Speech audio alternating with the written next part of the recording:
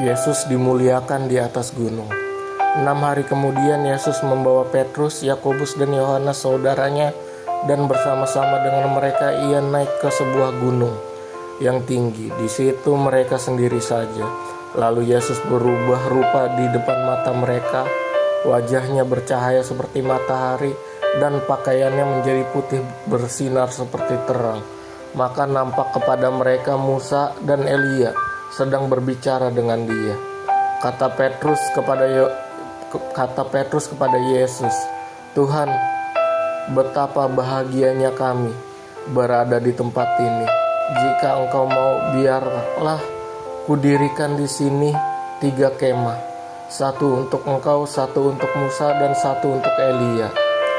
Dan tiba-tiba sedang ia berkata-kata, turunlah awan yang terang menaungi mereka, dan dari dalam awan itu terdengar suara yang berkata, "Inilah anak yang kukasihi, kepadanya lah aku berkenan, dengarkanlah dia."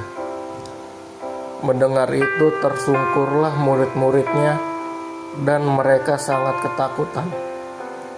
Lalu Yesus datang kepada mereka dan menyentuh mereka sambil berkata, "Berdirilah, jangan takut."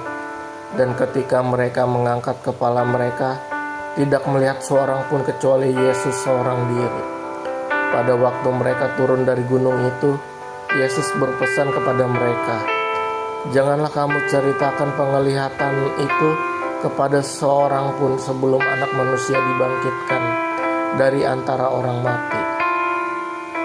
Lalu murid-muridnya bertanya kepadanya, "Kalau demikian, mengapa ahli-ahli Taurat berkata bahwa Elia harus datang dahulu?"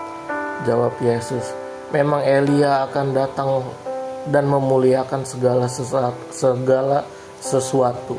Dan aku berkata kepadamu, Elia sudah datang, tetapi orang tidak mengenal dia dan memperlakukannya menurut kehendak mereka.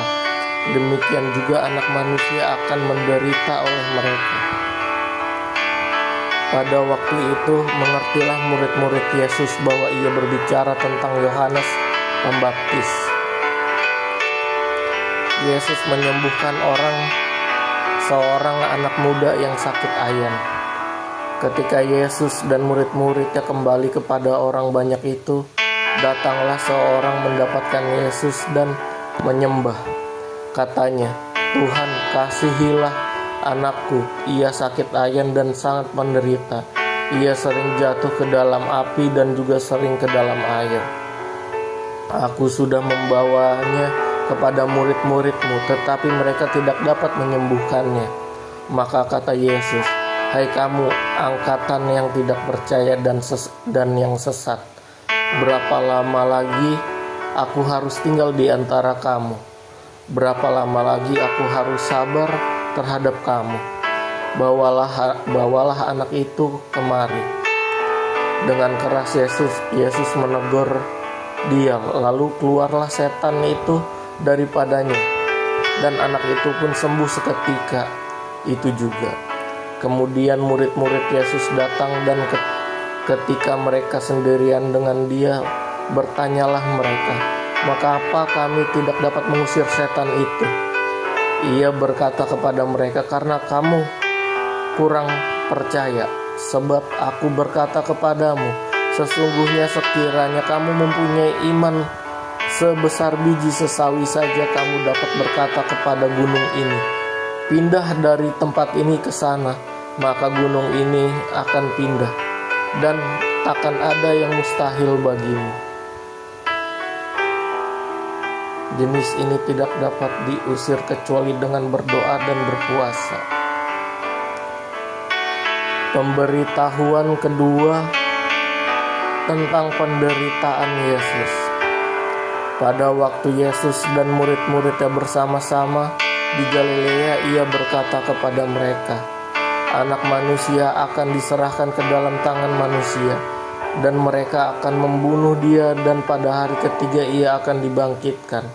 Maka hati murid-muridnya itu pun sedih sekali.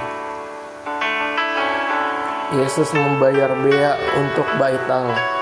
Ketika Yesus dan murid-muridnya tiba di Kapernaum, datanglah pemungut bea bait Allah kepada Petrus dan berkata, apakah gurumu tidak membayar bea 2 dirham itu? Jawabnya, memang membayar. Dan ketika Petrus masuk rumah, Yesus mendahuluinya dengan pertanyaan, apakah pendapatmu Simon? Dari siapakah raja-raja dunia ini memungut bea dan pajak? Dari rakyatnya atau dari orang asing? Jawab Petrus, dari orang asing.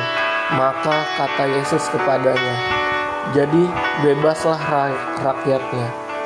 Tetapi supaya jangan kita menjadi batu sandungan bagi mereka, pergilah memancing ke danau, dan ikan pertama yang kau pancing, tangkaplah dan bukalah mulutnya, maka engkau akan menemukan mata uang 4 dirham di dalamnya.